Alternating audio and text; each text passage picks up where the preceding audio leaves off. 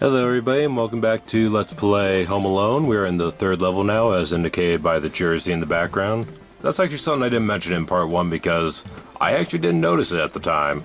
Didn't notice it when I was playing the game or anything. I was just like, oh, the numbers on the jersey keep changing. So it must mean which level you're in. That's interesting. So that's kind of cool. And, yeah, I'm honestly not sure what to talk about since, it's basically going to be more of the same. We'll be gathering things up and throwing them down the laundry chute. What else is there to say? See if I can get this TV. Nope, I missed it and the crook got it. Yeah, well, whatever. There's plenty of items in this level, so I'm not too concerned about it. Slice of pizza and the painting there for some reason. Who hides a slice of pizza in the paintings? That's weird. But anyways, since there's really nothing to talk about, I figured I'd go and talk about the movies this part because I do have a few things to say about the three movies. Well, sorry, tongue twist. The first three anyways. I've never seen 4 and 5 and I'll get into that in a minute. So, Home Alone 1, the original, the classic, the one that got it all started off. Do I still think it holds up? Do I still think it's good? Yeah, I'd say so. Do I think it's as good as Home Alone 2? No, but I still like it quite a bit. Still a good movie. It has that charm to it that I liked so much. Yeah, it's still a funny movie too. Marv and Harry were great in that movie. So many great moments too. Like there's a moment where Marv and Harry meet up in Kevin's house when he's home alone. And Harry's like, what's the word? Marv, why'd you take your shoes off? And then Marv is like, Harry, why do you look like a chicken? I always thought that was pretty funny. Oh, what's this? You're too smart to walk on the nails now, huh? Alright then, I'll just shoot you with a slingshot then. So yeah, by level 3 the AI actually starts to smart up a bit. Even Marv, if you find him, smarts up and won't walk on the nails anymore, which is odd. You'd think since Marv is supposed to be the idiot of the group, he'd still walk into the nails, but no, he doesn't. Well, whatever. But anyways, as I was saying, with Home Alone 1, there are some great scenes. Probably the most infamous scene is when Kevin burns himself with aftershave and he makes that scream. Oh man, that's a funny scene. That's actually in the game too when you take 3 hits. So I will show that off later, don't you worry, but yeah, for now, we're just going to keep playing as is. And I gotta admit, they actually did make the scream pretty good in this game. Like, it doesn't sound too pixelated or anything. It sounds like it came out of the movie, so props to THQ for doing that, or pulling that off. And also another famous scene is, of course, the tarantula scene when Kevin grabs that tarantula, puts on Marv's face, and he does that scream.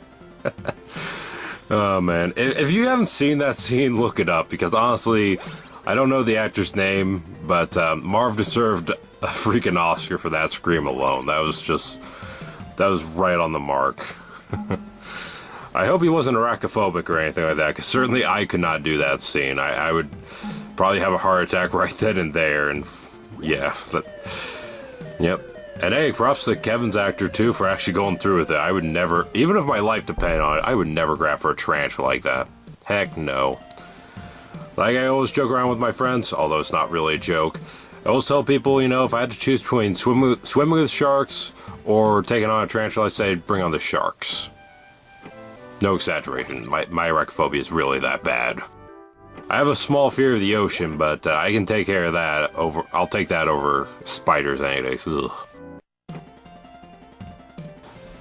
But, yeah, Home Alone's still a good movie, It's a little cheesy at times and whatnot, like how Kevin gets stuck home alone is a little silly, like, how to explain it. They're counting heads at one point, and, the neighbor kid or whatever comes over, and, one of the character that's counting heads mistakes him for Kevin, so they think they have Kevin, but they don't. It's silly stuff. But it's still fun, and that's what matters. I'm fine with it being a little silly as long as it's fun, because, hey, I do like my silly stuff. What can I say? Home Alone 2, even better than Home Alone, if you ask me. Much funnier, much more memorable scenes, in my opinion, and once again, Marv and Harry steal the show, because honestly, they're even funnier than they were in the first movie. They were good in the first movie too, but man, they blew it away in the second movie. Even Kevin was a little bit better too. Like, he wasn't bad in the first movie or anything like that. Well, real quick, I'm going to talk about this part. Don't go all the way to the right like I did. If you did, Marv will come out and you can't kill him. Ridiculous. But if you hit all these switches, then you get some goodies.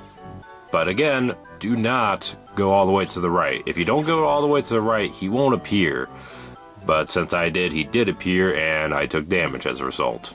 Boo! Yeah, well, whatever. I got the items I need, so we're done with this level. Although I'm probably going to die in the basement, but, oh well. I want to show off the scream anyway, so I'd have to die at some point anyways, but we'll see. Maybe it won't happen until the last level? I don't know. But anyway, so I'm alone too.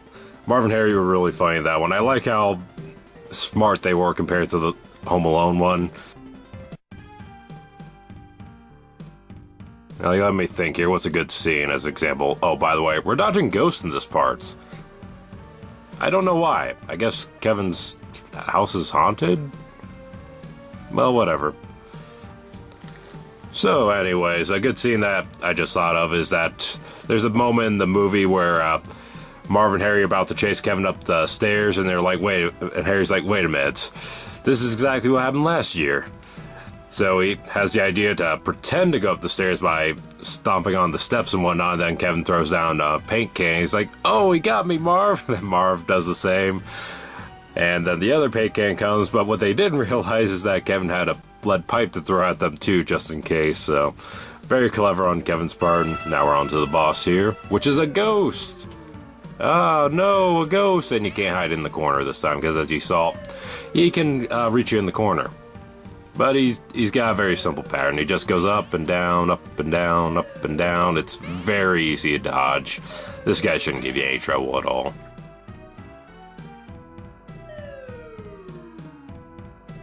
So yeah, there's moments like that where the characters just seemed a little bit smarter than they did last movie, which I liked. And there's also a scene where Marv's trying to open the door and he gets shot with needles. That was pretty funny too. And we'll get back to the movie conversation in a minute. He does it again. Nothing's too tough for this kid. That should teach those bozos. Can't remember the last time I've heard someone say bozos. Hey, I forgot. Our pets. That says they're rare. And they cost a fortune too. Hang on, fellas. I'm on my way. What? We're collecting pets now? Why would they steal? Okay, first of all, I gotta address this. In the first movie, as far as I know, or at least as far as I remember, they've only got a pet tarantula. Where did all these pets come from? Sorry, just had to get that in there. Anyway, they only had a pet tarantula in the movie, if I recall correctly. So where did all these dogs and cats and birds and lizards and frogs come from? And for that matter, if they're rare, why are they so common? Like, maybe the birds are rare, but frogs? Really? How are those rare? You know, dogs, as much as I love them, most of them aren't really that rare. At least I don't think. Cats, I can't imagine why any of them would be rare. Maybe there's some rare breeds, I don't know. Ah, crap. Alright, time to die.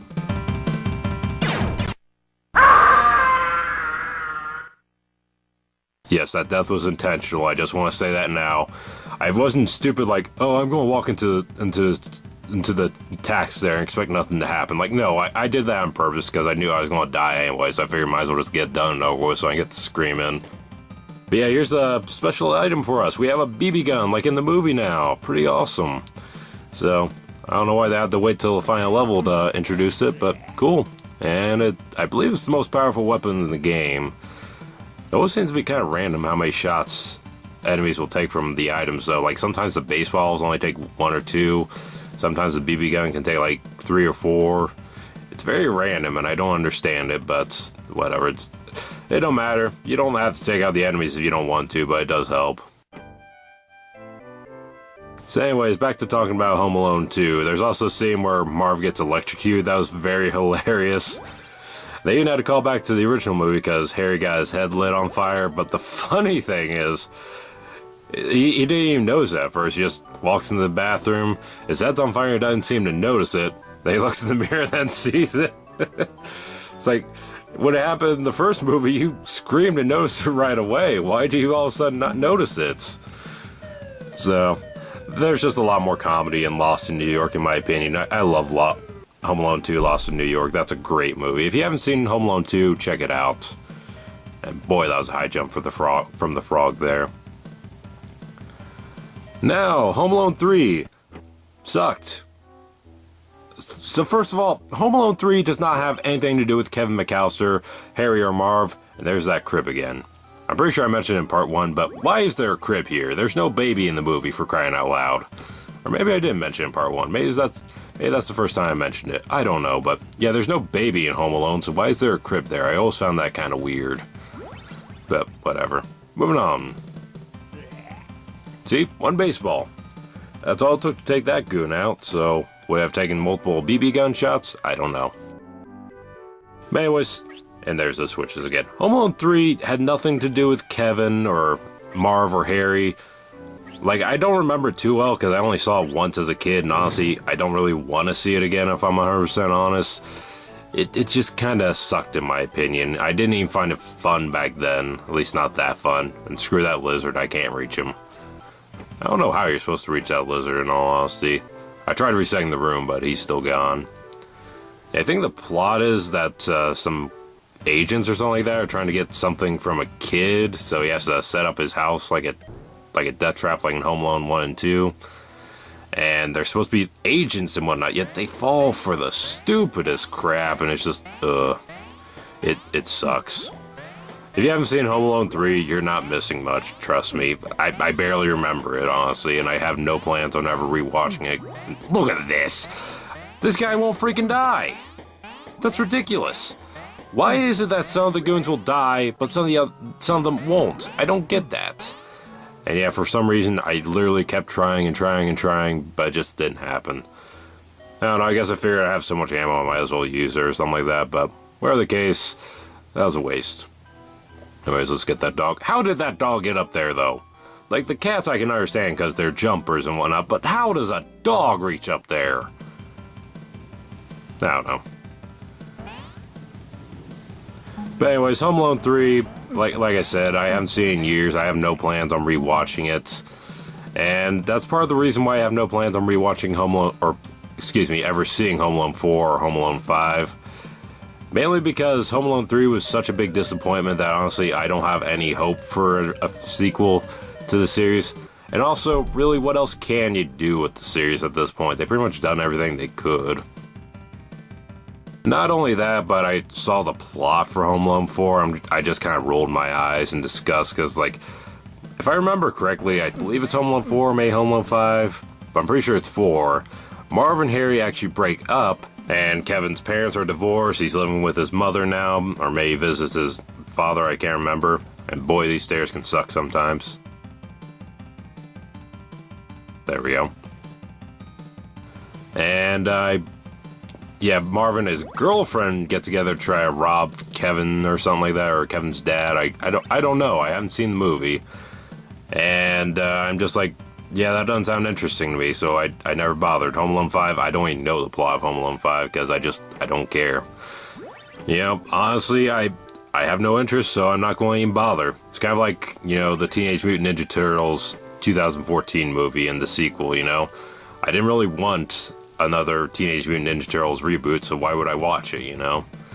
Simple truth is, I have to have some interest to want to go watch the movie, and those two, I have no interest whatsoever. So, that's why I've never seen Home Alone 4 and Home Alone 5, just because, honestly, I think it's just going to disappoint me, in all honesty. I'm going to be like, this is nothing compared to Home Alone 2 and Home Alone 1, so why bother? Maybe I'm missing out on a gem, I don't know. From what I heard, though, most people don't seem to like Home Alone 4 and Home Alone 5, though, so I don't know if I'm missing out. Maybe I'm not. I hope not. Although, the few people I have talked to that have seen them seem to agree that they kind of sucked. But anyways, folks, that's going to do it for this part, so thank you all for watching, and I'll see you all in the finale next part. See y'all then.